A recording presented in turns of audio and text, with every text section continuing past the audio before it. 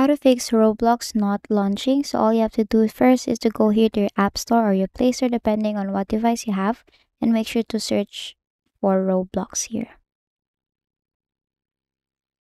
Now here, what you have to do is to make sure that your application is currently updated. Now it's very important for you to update your application. That is because, for example, you have a problem in launching your Roblox. That could mean that your application is outdated, so you have to update it. Now, once it's already updated and it's still not working, what you're gonna do next is you go here to your settings and then proceed here to your general. Click on general and go to iPhone storage and then look for the Roblox application here.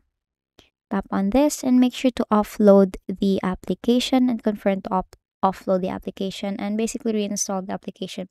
So it will not really uninstall the application. It will just simply reboot the application or like refresh the application.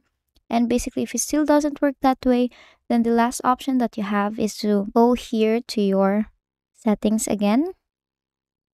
Or shortcut is you can go here and long press the application,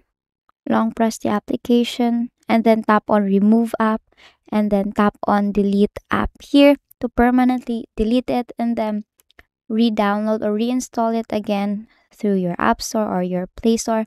And basically that is it. That is how you fix Roblox not launching. If this video helped you, please don't forget to like, share, and subscribe to the YouTube channel to show your support. Thank you for watching.